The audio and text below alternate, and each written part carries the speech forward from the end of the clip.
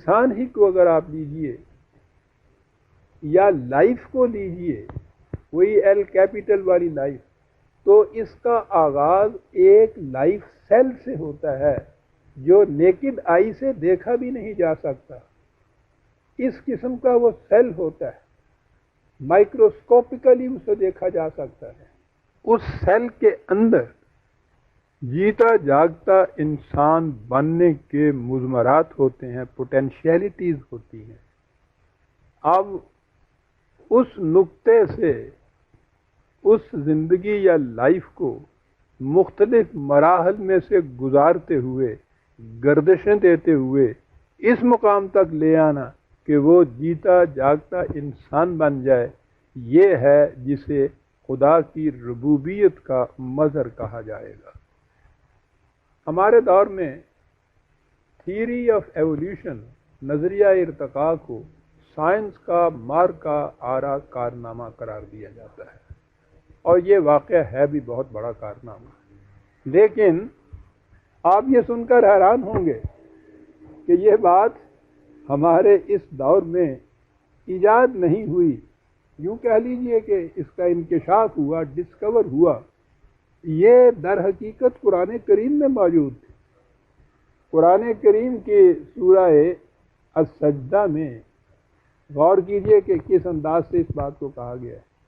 کہا کہ یدبر الامر من السماء الی الارض، اللہ تعالیٰ اپنے امر، اپنے ارادے، اپنے ڈیزائن کی ابتدا پسترین درجے سے شروع کرتا ہے، ثم یعرج الیہ، پھر وہ آہستہ آہستہ ارتقائی منازل طے کرتا ہوا اوپر اٹھتا چلا جاتا ہے۔ فی یوم کان مقدارہ الف سنۃ مما تعدون، ایک ایک دور میں سے گزر کے، ایک ایک مرحلے میں سے گزر کے، وہ جو تمہارے حساب و شمار سے ہزار ہزار سال کا ہوتا ہے۔ دوسری جگہ ہے وہ 50 ہزار سال کا ہوتا ہے۔ 50 ہزار سال کے ایک ایک مرحلے سے گزر کر وہ حیولہ جو ہے ابتدائی، وہ آہستہ آہستہ آگے بڑھتا چلا جاتا ہے، اور اس کے آگے ہے ذالک عالم الغیب والشہادۃ العزیز الرحیم، سبحان اللہ۔ یہ ہے وہ خدا۔ یہاں دو لفظ آئے ہیں، عالم الغیب اور الشہادت۔ غیب تخلیق کی وہ منزل ہے، وہ مراحل ہے جب وہ ابھی کنکریٹ شکل میں سامنے نہیں آتی، اور شہادت اس کی اگلی منزل ہے جب وہ تخلیقی شکل کے اندر انسان کے سامنے آتی ہے۔ اور کہا کہ یہ چیز خدا کی دو صفات کی مظہر ہے، ایک تو عزیز کے معنی ہوتا ہے جسے کسی شے کے اوپر غلبہ اور قوت حاصل ہو، اور رحیم کے معنی ہوتا ہے جو نشو و نما دیتا ہوا اس کو آگے لے جائے۔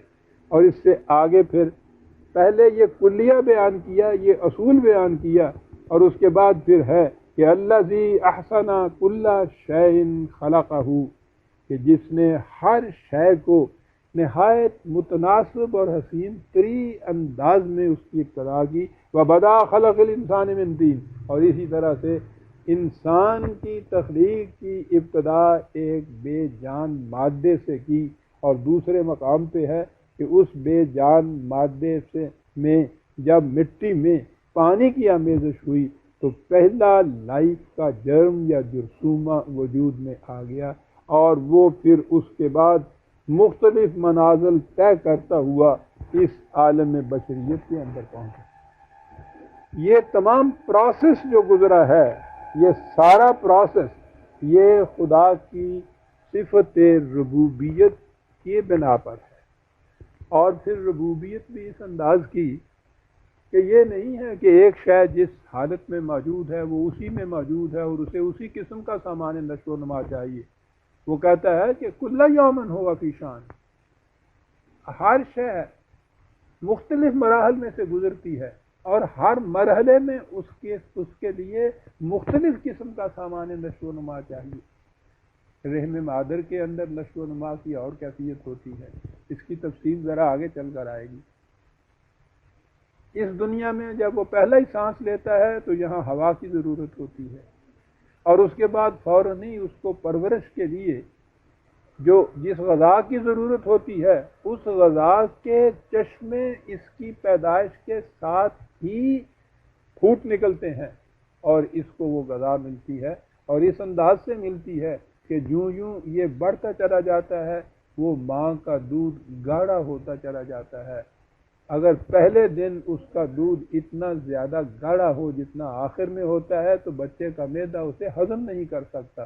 اس میں پانی کی مقدار بہت زیادہ ہوتی ہے، غذائیت بڑی کم ہوتی ہے، یوں یوں وہ بڑھتا چلا جاتا ہے، پانی کی مقدار کم ہوتی چلی جاتی ہے، غذائیت بڑھتی چلی جاتی ہے، آخر میں جا کے جب وہ اناج وغیرہ کھانے کے قابل ہو جاتا ہے تو یہ سرچشمے جو ہیں دودھ کے سوکھ جاتے ہیں، اور پھر وہ زمینی غذا کے اوپر آ جاتا ہے۔ عزیزان من ربوبیت، لیکن مغرب کے ایک سائنٹسٹ اور مرد مومن کے نظریہ ارتقاء کے تصور میں ایک بڑا بنیادی فرق ہے۔ مغرب کے سائنسدان انسان کی موجودہ شکل کو اس ایولیوشن کی آخری کڑی مانتے ہیں، اور سمجھتے ہیں کہ اس کے بعد جب جسم انسانی کی مشینری چلنے سے بند ہو جائے گی تو انسان کا خاتمہ ہو جائے گا، نظریہ ارتقاء ختم ہو جائے گا۔ لیکن قرآن کہتا ہے کہ نہیں، یہ جو حیولہ پہ کر تم دیکھتے ہو انسان کا، یہ اس کی طبعی زندگی کا ہے، اس کے اندر ایک شے اور بھی ہے کہ اگر اس کی نشو و نما ہوتی چلی جائے تو انسان کے جسم کی موت کے ساتھ وہ مر نہیں جاتی۔ زندگی یا وہ شے جسے انسان کی ذات یا پرسنالٹی یا خودی یا نفس کہا جاتا ہے، انسان کے جسم کے مر جانے کے بعد بھی زندہ رہتی ہے، آگے چلتی ہے، اور اس نے آگے مزید ارتقائی مراحل طے کرنے ہوتے ہیں۔ لہذا انسان کی موجودہ حیت یا اس کی زندگی کا موجودہ مرحلہ تو یہ ابھی ابتدا کی بات ہے، حال کے الفاظ میں کہ جہاں دیباچہ افسانہ ماں، یہ زندگی، یہ جو دنیا ہے، یہ تو ہمارے افسانے کا ابھی دیباچہ ہے، اصل کتاب تو اس کے بعد شروع ہونی ہے۔ اس کے لیے اقبال نے بڑے ہی لطیف پیرائے میں 2 شعروں میں بات کہی ہے، اور واضح رہے کہ اقبال کو اللہ تعالیٰ نے یہ خصوصی نعمت عطا کی تھی کہ وہ قرآن کریم کے حقائق پہ گہری نظر رکھتے تھے، اور اس کے بعد اس کے بیان کرنے کے لیے اتنا حسین انداز انہیں عطا کیا تھا کہ اس کی مثال نہیں ملتی۔ شعریت کے بھی انتہا پہ پہنچتے تھے، اور وہ شعریت محض شاعری نہیں ہوتی تھی بلکہ قرآنی حقائق کو نہایت حسین انداز میں پیش کرنے کا انداز ہوتا تھا۔ ذرا اسی چیز کو لیجئے کہ یہ جو موجودہ انسان کی حیت ہے، یہ اس کی مکمل ترین آخری شکل نہیں ہے، بلکہ خدا کے عالم امر یا اس کے تصور یا اس کے ڈیزائن میں جس قسم کا یہ انسان تھا، یہ ابھی تو اس میں یہ پہلو بدل رہا ہے جسے کہا جاتا ہے۔ ذرا شعر سنیے۔ لیکن مشکل میری یہ ہے کہ شعر تو اس کے فارسی میں ہوتے ہیں زیادہ اشعار، اور فارسی تو ایک طرف، اب تو ہمارا دور ایسا آ گیا ہے کہ اردو زبان کے متعلق بھی کہا جاتا ہے کہ صاحب اس کو ٹرانسلیشن کر کے بتا دیجئے۔ لیکن بہرحال شعر تو اپنی زبان میں شعر ہوتا ہے۔ کہتے ہیں کہ یکے در مانیے آدم نگر، آزمانچے میں پرسی، ذرا لفظ آدم کے معنوں پر غور کرو، مجھ سے تم کیا پوچھتے ہو۔ آدم کے ایک معنی ہوتے ہیں گوندھی ہوئی مٹی، وہی کمہار کے پاس جو چاک کے پاس رکھی ہوئی ہوتی ہے۔ کہا اس اعتبار سے ذرا دیکھو یہ تو ابھی گوندھی ہوئی مٹی ہے۔ ہنوز اندر طبیعت می خلد، موضوع شود روزے، ابھی تو یہ خالق کائنات یا انسان کا جو خالق ہے، خدا ہے، رب ہے، یہ ابھی تو اس کے تصور میں اس کے قلب کے اندر پہلو بدل رہا ہے. ابھی یہ موضوع نہیں ہوا. موضوع مصرع، اس میں ایک چیز اور قابل غور ہے. شاعر کے ذہن میں ایک خیال آتا ہے، ایک مضمون آتا ہے. وہ مضمون اس کے ذہن میں، اس کے قلب میں، اس کے دل میں، جسے کہتے ہیں پہلو بدل رہا ہوتا ہے. اور جب پہلو بدلنے کے بعد الفاظ کی شکل میں آتا ہے تو اسے مصرع موضوع کہتے ہیں. وہ کہتا ہے کہ ہنوز اندر طبیعت میں خلد، یہ موجودہ پیکر انسانی جو ہے یہ تو خالق کائنات کے قلب کے اندر ابھی پہلو بدل رہا ہے. موضوع شود روز ہے. کسی ایک دن جب یہ مصرع موضوع بنا تو اس کے بعد عزیزان مان جو کچھ کہا ہے اقبال ہی کہہ سکتا تھا. کہا ہے موضوع شود این پیش پا افتادہ مضمون. اس وقت یہ مضمون تو بڑا پیش پا افتادہ نظر آتا ہے، کچھ اہمیت ہی نہیں نظر آتی. جب یہ موضوع ہو گیا ایک دن تو اس کے بعد کیا ہوگا کہ یزدہ را دل از تاثیر او پرخون شود روز ہے، کہ اور تو اور خود اس کے خالق کا دل بھی اس کی تاثیر سے خون ہو کے رہ جائے گا. اس نے تو وہاں پہنچنا ہے صاحب. یہ ہے عزیزان من ربوبیت. یہاں تک پہنچانا ہے اس نے انسان کو.